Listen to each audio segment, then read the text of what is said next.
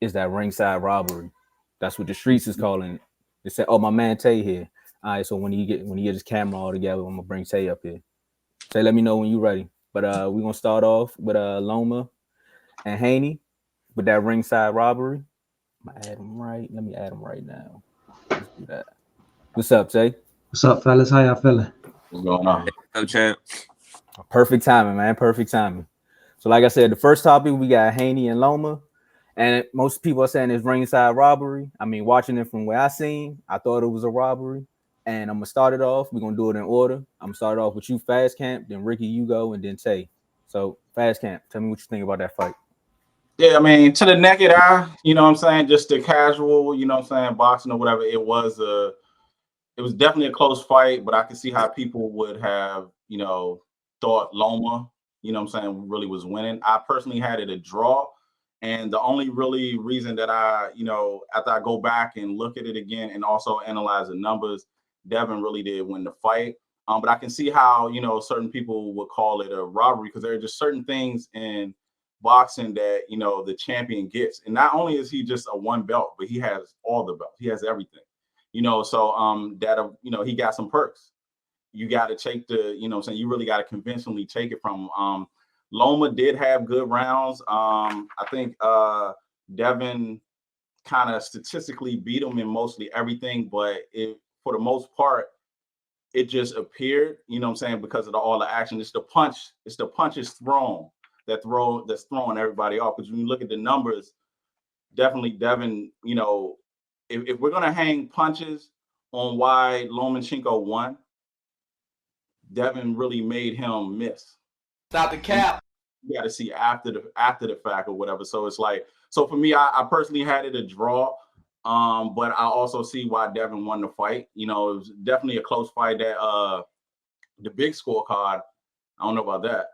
But 15-13, I definitely could see that. So that's my take. Ricky? All right, let me go ahead and give it a fast cap. All right. Devin definitely wasn't no slouch. He was well prepared for this because I do agree that he was winning early. He was winning from the get-go. But going towards I guess from round 9 and up, it was definitely going in Loma's favor. And honestly, in my opinion, a lot of it will make it so hard to score or to determine who's the winner for this fight. There's a lot of rounds that it could have went either way. A lot of rounds could have went to Loma or it could have went to Devin because they was just so close. But I was just disappointed that Loma would even play this close with the judges because he lose every time. Every time he get like a close fight or someone thinks that he had, if it goes 12 rounds and he wins, he always loses if it goes 12 rounds like that. It's too close. And one thing I was surprised though, I gotta give it to Loma, he kicked it off early. It wasn't such a slow start like he normally do. He started, going toe to toe early.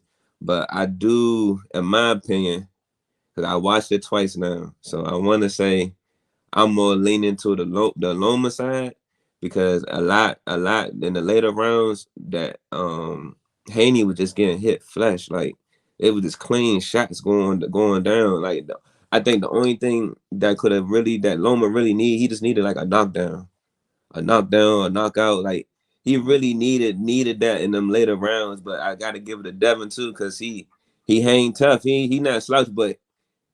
Fast can't let me know you think the same thing I'm thinking. He's not prepared to fight a Shakur or a Tank because he exposed right now. Nah, you know best thing he can do is fight Lomachenko again and get better. He ain't ready for Tank. Yeah, he not ready for Tank because them flesh shots you already know Tank would have took his head off, and then Shakur would have eat him up as well with the angles and the agility. So it's like. It was just that Loma was needed to expose his future laws, basically, at that weight class. Tay, give us your reaction to that fight. Yeah, I kind of feel the same way. Like I think it was a good matchup. If I'm being honest, I think the fight was a good fight. I think, Devin won the earlier rounds. I think Loma got a lot of the later rounds. I don't think Loma was really robbed of a victory. I do feel like he was robbed of a draw. You know, if he was robbed of anything, maybe they could have did a draw and then got the rematch popping off. But you know, that's just the favor of the champ. Like Devin just the champ. So it's you know, I think Loma, you know, like he was saying, Loma needed a knockdown. He needed something. Like it's two things I took away from Devin in this fight. Is one, Devin got a strong chin, and it's not really the second thing is not really a lot of power behind Devin punches. He's real fundamentally sound, but it's not a lot of power behind those punches. So I think it was a lot of times when Devin, if he had a lot of power, he could have put Loma down. But I do feel as though Loma had a lot of opportunities to put Devin down too. And that's what he needed. Like if he could have put Devin down and just kept attacking, it would have been real good for Loma. But if it went to the scorecard like that, which it did, Devin being the champ, Loma really didn't have a chance on the scorecard. You know, but it was a good matchup fight. Like Loma was fighting hard, and that's what it was going to take. But Loma needed just that little extra something to just make the judges go, you know what, Loma is taking this right now. But like I said, Devin won a lot of the earlier rounds, and I think that's what the judges were settled on. Like once Devin like put the fight in the bag and just managed the fight, it was over for Loma. Loma needed a lot, not a lot more, but he did need a knockdown or, you know, Devin did get stunned, but he recovered in a matter of like seconds. Like, so I think if he could have stunned him and then stunned him again and put him down, the judges probably would have opened their eyes. Like, I don't know what's going on here, but yeah, I would say Loma wasn't robbed of a victory. He probably was robbed of a draw. You know what I'm saying? They could have kicked it off again. I would like to see the rematch. Whether, you know, I take the Devin one, but I would really like to see the rematch. If, you know, that would say a lot about Devin too. If that's how the world feeling, let him back in the ring. I mean, that would be good. That would put him in that. I would say that would be like how put him like Floyd, you know what I'm saying? Floyd was if there was a match that we was, you know what I'm saying, didn't think Floyd deserved to win, Floyd was like, well, shoot, go get him again. Yeah. We go ahead and fight him again. So I think that would be good for Devin to just fight him again, because I can't see him fighting nobody else in that weight class right now that's in the top league. I mean, if I'm him and I'm his corner, going off of what Haney said, what was it? I think that was probably about the fourth, maybe like the ninth round. One of them rounds where his corner was like, he's like, man, he know everything I'm doing. Yeah. Like, he's like, when he shoot the jab, you got to drop, and then you get your counter. But he was like, I tried that, and then he know all my moves. He was like, he already seen it. Loma made Devin fight, most definitely. I probably, Devin got to say, he cannot say this wasn't his toughest fight. There's no way he can't say that. This was his toughest fight. No, it definitely was, but Devin doesn't have. I'm so agreeing with you. Devin doesn't have the power, because he was getting a lot of good body shots on Loma. That I feel like if he had some power, he definitely would have got a nice little TKO or something, because he was hitting them flesh of the body. I don't know what was up with Loma, just leaving his body open like that. But a lot, like I said, it was just too close for Loma to think that he was going to win, because you already know you the champ. He's youthful. He's the new face of the division. Like, and he got all the belts. Yeah, you had all that against you. Ain't no way in hell the judges going to give it that to you. I don't even think they was going. Even if it was, we can say it's a draw. They wouldn't have gave him that, because Devin is the new face. He's the new face for it right now, and he got all the belts. Yeah.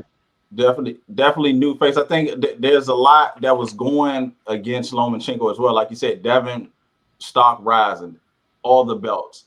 There's one thing that, you know, really gets judges, you know, not us as, you know, people who watching, but judges. You hear it all the time. Actually, we were talking about earlier. Fat said this too, as a fighter, as a current fighter. What did he say about on 2 episodes back? He said about Crawford, he has a amateur style. Yeah. We know Lomachenko, you know what I'm saying, has the amateur style. And that's what I was saying about the punches. When you look at the punches and you look at the stats, the only stat that he won by 9% and 9% or whatever was jabs. So now we're talking about judges looking at it. They, you know, judges and pros and all that hate amateur style. They think it ain't, you know what I'm saying, really about nothing or whatever, or they kind of, you know, go against. So I think that also too kind of had a notch against Loma. It was like, so, coming into the fight, Devin's already getting a point. If it's a 10-10 round, it's 10-9 because Devin's the champion. And like we all agree is that early on, Devin set the tone. He might have set the tone for the whole fight because I want to say, it's a chance it was 5-1 after 6.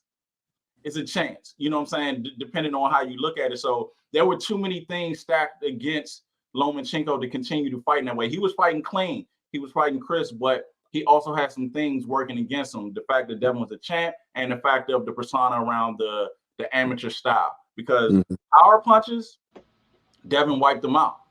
And it took Lomachenko way more punches to even still come 11% lower. Yeah. You know what I'm saying? So like they see that, that's what they seeing. Whereas that we looking at, oh yeah, he definitely hit the cleanest shots. You know what I'm saying? But one can say ring generalship, Devin controlled it by taking this master boxer and making him miss. So, I definitely, we should see that again. He ain't ready for change. He ain't ready. He won't give it to Shakur. He won't give it to, he's going to make Shakur prove himself. But he ain't ready for change. There's no one else. Any other fight other than those two knocks him down. There may be some mandatories that he has to take, but he needs to take Loma again, make it 2 fights or make it a trilogy or whatever. But that's his best bet. Let me ask you this quick question before Tomo change it up. What do y'all think about to do, man? Look, how do y'all, based on this fight, and this made me worry about it, how do y'all feel about him moving up? That's a good question. That is a good question. I don't feel too confident. if he want to do it, go. Shoot, be my guest. But right now, I think he need to stay where he at, and just I think it's a lot that he should learn from himself from this fight. Like, even if he probably brushing it off like, man, Loma wasn't robbed. If he taking his victory like, man, they just talking. I think he do need to sit back and kind of look in the mirror and say, man, it was a lot going on in that ring. Nah, I agree. Like everything you say there, Tay, is definitely true, especially with the fact that you sat down in the ring during the fight when everything's going on. And you're like, bro, he knows all my moves. Like, he knows all my moves. Like, you went through a whole camp. And the fact that in the fight, he's still telling you, like, even if I throw a counter punch, he got something ready for that. My counter to the counter, he's been countering. So, this is one of the fights you need to sit back and just study that. 2 days before the fight, Loma said, I'm not giving him the jab. Yeah, he did say that. Figure something out. So, but I did like he was giving them that 3-piece and a biscuit, because it wasn't no just 1-2. He was throwing 3s and 4s coming in there. He was passing out big boxes, man. You'd have thought it was Popeyes away. He was passing out combos, man. So I got red beans, I got mashed potatoes, yams. But Haney wasn't going. Let me get this though. All right, so Ryan. All right, so Devin has been talking about going up. You know what I'm saying? We all know, you know what I'm saying, especially if you ever had to cut weight or whatever, that may be an issue. I don't know. I want to see him fight there, or maybe a catch weight or get something up or whatever. We don't know how much draining affects him. But this is what I will say. It may be a silver lining for him to go up, because when you look at the competition at 40, who really is there? He making swimming 40 a little, you know what I'm saying, better, but it's all about how he takes the weight, because we talking about a master boxer.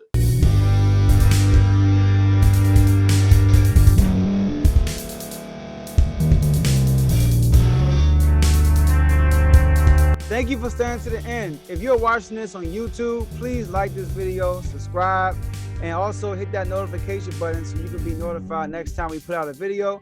If you're listening on any podcast platform, subscribe and hit that notification button, y'all, so you can be notified we put out another podcast audio. And last but not least, hit that share button. No matter what you're listening to or watching it, hit that share button and send it to somebody that you know that would love to watch this episode you just listened to. So once again, thank you for staying to the end, and we'll see y'all in the next episode.